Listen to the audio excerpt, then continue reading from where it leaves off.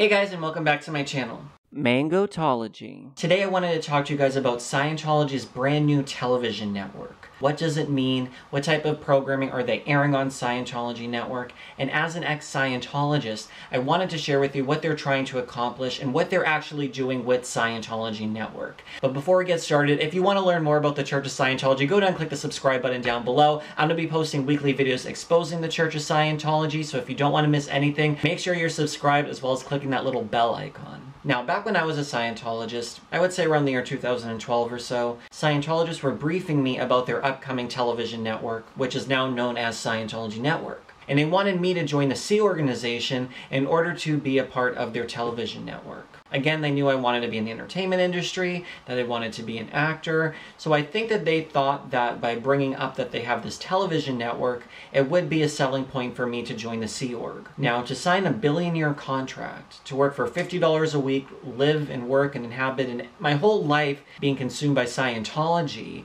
it just seemed very extreme to me. Even though I was a Scientologist, it still was extreme to join the Sea Org in my mind. Even though on the other hand, I'm like, hey, it could be kind of cool if I ended up working for a television network, because one of the other ways they were trying to get me in the Sea Org was by saying, well, how's your acting career going? Are you booking any jobs? Are you getting anywhere? Are you achieving what you want to achieve? And I really wasn't up until this point. I wasn't getting to where I wanted to be. I was depressed. I was a background actor, and I just wasn't able to get like that next leap in my career or to get to where I really wanted to be. Later on, I ended up going to hairdressing school and kind of pursuing some of my other passions, but at this point in Scientology, I was just trying to make money so I can do Scientology. But if I was in the Sea Org, for example, then I'm going to get all the courses, the auditing, everything for free, and that's what was being sold to me. And the way that they were trying to sell it to me was, if you're not successful right now as an actor, and you're struggling to pay your bills, and you're not getting to where you want to be, if you join the Sea Org, we can train you. We can train you to be an auditor. We can train you in camera operation. We can train you in any sort of field that you want to be trained in within Scientology. And if you work for a television network, for example, and you're going to be able to disseminate Scientology and use your acting talents for something good, you're going to be able to go and work for a television network and being able to be a part of a Scientology film.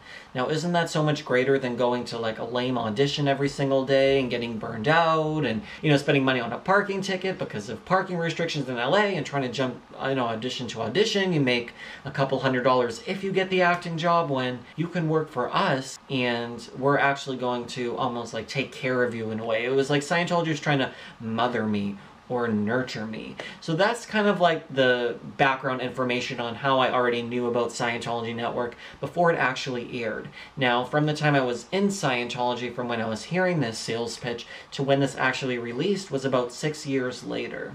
They've been raising money from their parishioners. They bought the old KCET studios in Los Angeles, and as we all know, it's probably a big undertaking to create a television network. It could be $100 million, it could be even more than that in order to have a television network up and running and producing content. And not only just producing content like a YouTube video or two, this is around-the-clock 24/7 programming. But Scientology did launch their television network. This was about 3 to 4 weeks ago on DirecTV, as well as they're airing videos on YouTube. They have a mobile app you can stream like their programming and stuff like that, whatever. So Scientology is taking this as a huge win, when in reality, this is what I found out about Scientology Network. They have been buying the space on DirecTV in order to host their television network. This isn't like DirecTV is paying Scientology to produce content to be on DirecTV. Scientology approached DirecTV and said, hey, we have this television network, we want to produce content.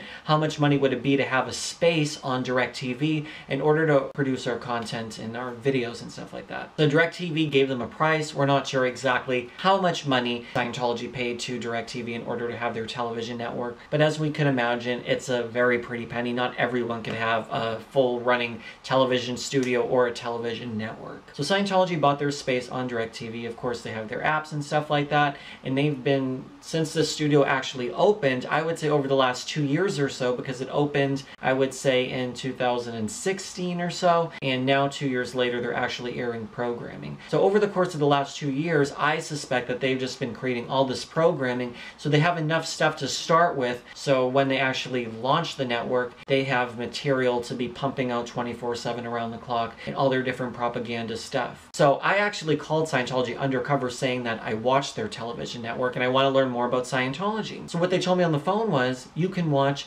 this program that's being aired. Did you see this documentary on Scientology network? You know we have a television network, right? And I'm like, I know, I just told you, and we're talking about the network. So they're pretty much trying to promote themselves on their television network when a new person approaches them. So you approach them and they say, hey, watch our television network. Have you seen us on TV? And I think that that's going to give them some legitimacy to the new unsuspecting person. You know, you and I who are watching this, I'm sure you've probably seen, whether my videos, other people's videos, documentaries, books. There's so much information out there about Scientology. So many people have escaped and spoke out and tell their story and stuff like that. But I feel like there is still those people that wonder, what if? Let's look at the slogan for Scientology and Scientology Network. It's called Curious? We thought so. Now, what does that really mean? I think that they really surveyed to kind of find out, what do you know about Scientology? Do you have any interest? What comes to mind? Like, they're surveying. Scientology is big on surveys. And I think a lot of people say they're curious. They want to know the truth. They want to know more. They've heard the controversy and stuff like that. So I think that's how Scientology is selling it now. Hey, you've heard their side of the story. You've heard the people like Steve Mango out there who are on camera talking about Scientology. But find out the truth for yourself. Find out what's actually happening with Scientology.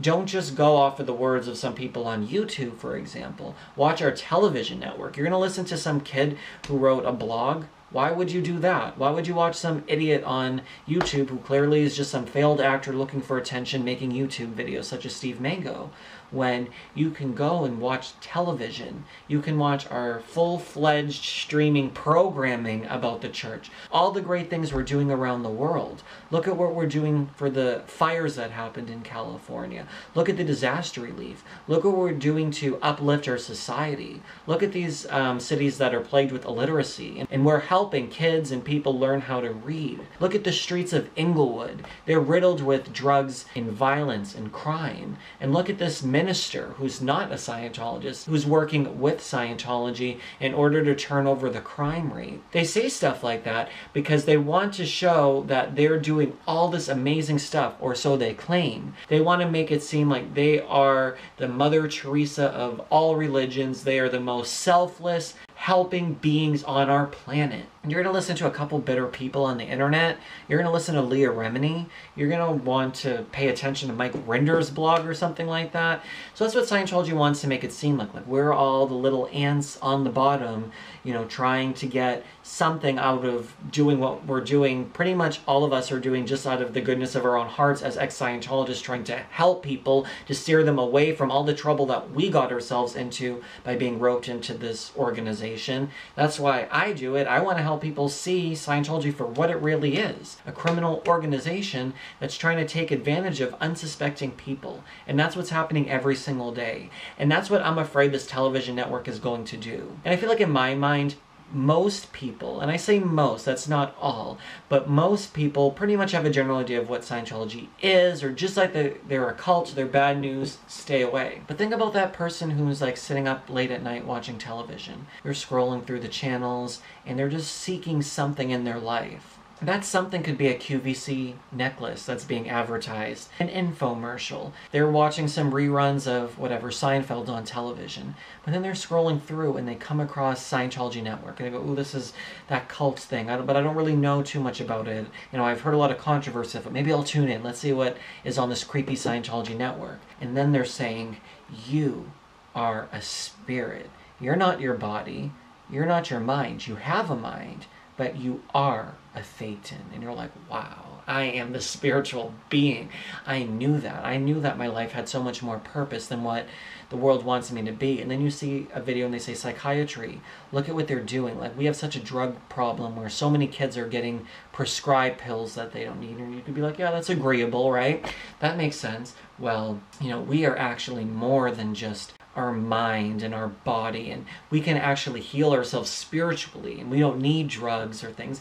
And you know, I just think for people who are spiritual seekers and they're seeing all what Scientology is putting on their programming, and it looks pretty good and glossy, and they're helping people, and then they're showing like the everyday people. So this is basically what Scientology is having on their television network. So yes, like I was saying, there's going to be those spiritual seekers that are watching, who I think may get roped in if they don't know any better, and they may be watching it late at night or something, and they're looking for answers to the world, and Scientology is offering a solution. So there's that. But I think with Scientology Network, it's mostly just a big public relations 24-hour stream. Scientology is using this television network, like I said, to legitimize themselves. And I think that when they're under attack, especially with Leah's show and with other very big public people who have come forward against Scientology, I feel that Scientology now is able to go to the media, they're able to go to, you know, any sort of government official or anyone who's actually questioning the legitimacy of Scientology.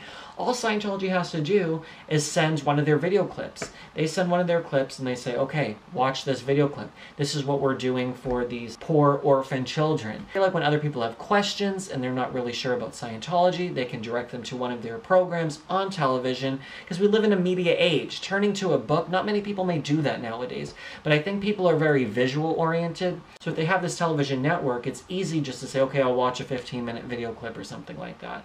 So there's that. When they're handling the media, the press, or if people have questions, I feel like it's perfect for them to turn over to this network. And I think, like, especially if a journalist wants to do like an expose program, they can go and use their television network to discredit that person. They can use their network in order to legitimize themselves and say, hey, look at all that Scientology is doing in our world. We have this television network. We have all these great things. Why you journalists out there are going to listen to someone else when we have this image that we're much bigger than we pretty much actually are, but they want to give this idea that they are this big flourishing organization. So basically, like I said, this is what's on Scientology television. They have a show called Meet a Scientologist. So this is why they want to have Meet a Scientologist. They want to show people Scientologists aren't these like creepy little alien worshipping people all the time necessarily. I mean, some may be, but they want to give this impression that we are a hairdresser, we are an accountant, we are a doctor, we are pretty much from every single kind of field. And you may watch and relate and say, oh, that person's a stay-at-home mom, just like me, and she's a Scientologist. I thought they were all like these weird, creepy, couch-jumping people. So that's how they're kind of handling the public. So when people watch them, they say, oh, a Scientologist is just like me. So that's what Meet a Scientologist is about. Then they have a profile documentary about L. Ron Hubbard. So you learn more about him. He's a master mariner. L. Ron Hubbard was in the first class of nuclear physics. L. Ron Hubbard traveled the world. He received a Purple Heart and whatever. They have like all the accomplishments of L. Ron Hubbard in like a multi-part documentary so people can see who Scientology is founded by. Then they have Voices for Humanity, and that's when they're showing people going off and helping and doing like really heroic things in our world. Truth about drugs, for example. So they have that. Then they have segments about actual drugs, like the truth about heroin. And then they have people talking about like their addictions and how they basically figured out that drugs are evil and horrible and bad things, as we all know. Okay, so there's that piece. Things that are agreeable to anyone who's watching. And when you watch these shows as well, the music to me is almost like Animal Planet. Like they have like all these very like happy, cute sort of sounds. Like next on Scientology TV. And they make it just almost like a National Geographic mixed with Animal Planet. I don't know why Animal Planet, but just something that's just so innocent, normal, no drama, no like dun dun dun. Like it's not drama. It's very uplifting. Like, look at this Scientology vet helping this little kitty who was stuck up in a tree. You know, and she uses Scientology technology every single day in her life. And it's just very lighthearted, upbeat sort of sounding tone to the commercials, the programming and stuff like that. They wanted to come off very sincere, very nice, heartwarming and loving. They wanted to be the complete opposite of what they're known as. Like breaking up families, forced abortions, taking people's money, holding them against their will, Sea Org, slavery. They want to be completely opposite of that. Now, speaking of slavery, for example, they will have programming about human rights and things that seem like the complete opposite of what we actually know happens in Scientology. They wanted to make it seem like they are these champions for human rights, but then they go and take away people's human rights every single day. So it's very contradictory. I think for me as an ex-Scientologist, it's very easy for me to see through their programming because I've known what I've experienced and I've seen their television network, and you can't put two and two together from what they're claiming they do from what they actually do. So there's that. But what if you don't know any better? What if it was me at 18 years old? I think I could have been sold on this television network. If I went to Celebrity Center and maybe had a couple doubts or something like that, they can just point me to one of the programs. I can watch it even on my phone if I want to, if I don't have direct television. There's many different ways that they can use this in order to rope in unsuspecting people. Or, you know, if someone talked to me, for example, and I told them about all the horrible things that happened in Scientology, they could say, well, how does that line up to the video footage that we have extinguishing wildfires and stuff like that, you know? So I think that I would say, yeah, maybe that kid on the internet is just bitter for some reason against Scientology, had a bad experience, when they have a television network now. They have these big, beautiful churches. They have all these smiling faces all around. And I think if you're lonely and you're seeking something, it's very easy to fall into that trap. It's definitely a trap. And I think if you're just kind of predisposed to that, I think that if you're just in a transition in your life, or you need something, or you want that sort of fulfillment, I think that Scientology could offer that to you superficially, of course. It's not really going to give you that enlightenment you're seeking. I think for that initial roping in of a person, I think that it's very easy through this television network for someone to get sucked in if they didn't know any better. I hope I'm wrong. I hope that the general population of the world is smart enough to say, oh, this is a cult, this is all just BS. I do think that most people say that, but I'm just worried about the 1 or 2% of other people out there who may be watching this programming that Scientology is putting out and say, oh, maybe I should check it out and take a course. And that's the most dangerous thing. People ask me all the time, why can't I just take a $50 course, take the good and leave the bad? Well, that's what I wanted to do. That's what I think most people wanted to do. No one goes in there saying, I'm going to give up everything I have in my life and I'm going to devote everything to L. Ron Hubbard, give up all my money, all my possessions, live and work for the Sea Organization. Like, it doesn't work that way. I don't go in and say, I'm going to let them just, you know, take $50,000 from me. It doesn't get to that level. It starts off and you get hooked in the beginning. It's just like the slow process of peeling off layers of yourself to get more and more into like a Scientology mindset. And then you're, you know, so deep in and you wonder, like, how did I get to this point? I think you just have to remember that you're dealing with Scientology and you're dealing with crazy. You can't reason with crazy, and you can't get spiritual enlightenment when you're involved in crime, criminal activity, slavery, beating people, extortion, just all the stuff that happens in Scientology. How could you as a person experience spiritual freedom and some form of a higher power of enlightenment? How do you achieve that when the whole organization is based on corruption? So that's just something to think about if you are like on the fence about Scientology or thinking about joining or something like that. Just look at it that way. Even if it was in the past, Scientology may want to claim like they're trying to change themselves, or now like look at all we're doing, and they may try to reason things out like, yeah, every religion, especially when they're new, goes through a rough patch and stuff like that. But these are a lot of claims, and especially things that even happened to me. This was only like 5-6 years ago, guys. This wasn't like, I'm talking of 1982, 1995. I'm talking about just a couple years ago. There was a lot of different criminal activity and horrible things happening. So yeah, even if they did, you know, completely change over, I don't think so. I get reports all the time from people leaving Scientology. It's not the case. But, you know, if you're trying to find yourself or spiritual immortality, how can you do that when people are being kept, you know, captive essentially there as slaves? Freedom, but there's slavery here. You know, it just, you can't have both in the same place, I guess is what I'm trying to say. But anyways, that's going off on a whole nother tangent. But for the most part, I just want to say that I think, in my opinion, that it's used for public relations to handle the media, press, other critical individuals. I think for the public at a whole, of people who may not really know as much as we do, who may be scrolling through the television, I feel like they're just trying to give a certain perception of Scientology, and they're hoping that just an average person watches and gets a different idea of Scientology. Oh, it's not really as bad as from what I heard, and all the little rumors and people who make videos online or write blogs and stuff like that. It's not really what they're saying. But really, when you're actually involved deep enough later on, you realize, oh, It actually is just as bad as what everyone actually says. It'd be interesting to actually know how many people are tuning into Scientology television as well. I feel like for the most part it's just going to be people who are curious about like the controversy and the rumors, or they're just seeing it to mock it. I don't think people are tuning in to really watch it. I think most of the time people, if they do get viewers, are watching to either mock it or to try to see like, oh, what are those creepy Scientologists doing with this television network that they have? So I think that's mostly what's going on, but I'm really curious to know how many viewers they're averaging per episode of these shows that they're pumping out every single day. But anyways, I want to hear your thoughts in the comment section down below. Feel free to leave a comment. I love reading your comments and hearing from you guys. Give this video a thumbs up. Make sure you're subscribed down to my channel and clicking that little bell icon, and I will see you guys later. Thanks so much for watching.